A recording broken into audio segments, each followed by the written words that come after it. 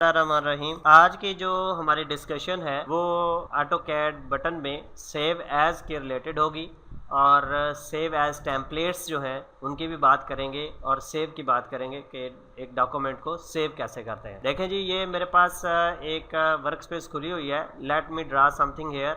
मैं इस पर ये लाइन लगाता हूँ। ये फ़र्ज़ करें मेरी ड्राइंग कंप्लीट हो गई है। अब मैं इसको सेव करना चाहता हूँ तो मुझे यहाँ पे कैट बटन पे सेव की ऑप्शन मिलेगी। इसको आप क्लिक करेंगे तो आपके पास एक डायलॉग बॉक्स खुल जाएगा सेव का। ठीक है जी। इस डायलॉग बॉक्स में तीन चीज़ें आपने जो हैं वो देनी है। एक तो इस ड्राइंग का नाम देना है और साथ में आपने एक्सटेंशन देनी है। ये जो .dwg लिखा हुआ है यानी ये ड्राइंग फाइल है आपकी। इसके अलावा भी बहुत सारे फॉर्मेट्स में जो है वो हम अपनी ड्राइंग को सेव कर सकते हैं, जो कि फ़िलहाल हमारे कंसर्नेबल नहीं है। हम इसको इसका पूरा चैप्टर आएगा फॉर्मेट्स का, जैसे मैंने पहले भी बयान किया, उस चैप्टर में हम ये सारी चीज़ें क्लियर करेंगे। ठीक है जी। सेकंड वन, एक तो हमने नाम देना है ड्राइंग का।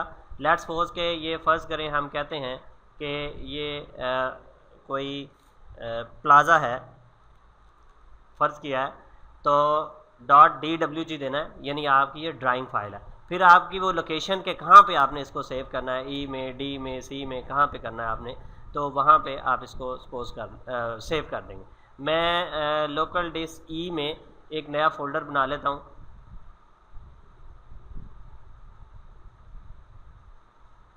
ये मेरा फ़ोल्डर है, इसको मैं F2 करके रीनेम करता हूँ और ड्राइंग्स कर देता हूँ।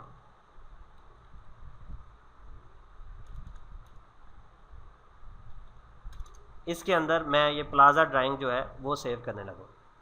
लीजिए, ये मेरी ड्राइंग सेव होगी। आप ज़रा नोट करें, यहाँ पे जो टाइटल बार के ऊपर ई ड्राइंग्स प्लाज़ा उसका पूरा एड्रेस आ जाएगा। जब एक नई फाइल होगी, लेट्स सपोज कि मैं एक नई फाइल लेता हूँ, ये बिल्कुल एक नई फाइल है। यहाँ पे जो टाइटल बार है उसके ऊपर जब आपने सेव नहीं करेंगे तो drawing2.dwg लिखा होगा, जो कि बाय डिफ़ॉल्ट नाम आएगा। जब आप सेव करेंगे तो उसके बाद इस ड्राइंग का असल नाम और इसकी लोकेशन आ जाएगी कि ये किस जगह पर सेव है। जैसा कि मैं इसको अभी बंद करता हूँ, हमारे पीछे एक फ़ाइल जो अभी पड़ी हुई थी, ये plaza.dwg, वो आपको यहाँ पे नज़र आ रही होगी। ठीक है जी। ये तो हो गया आपका सेव। अब इसी तरह अगर आपने इसको सेव एज करना है, यानी कि आप इसी फाइल को किसी और जगह पे किसी और नाम से सेव करना चाह रहे हैं, तो आप इसको सेव एज करेंगे।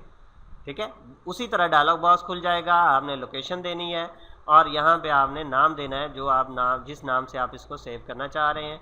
इसी फाइल को किसी और जगह किसी और नाम से, दोनों ऑप्शंस आपके पास हैं। आप इसको सेव करेंगे तो ये सेव आ जाएगा।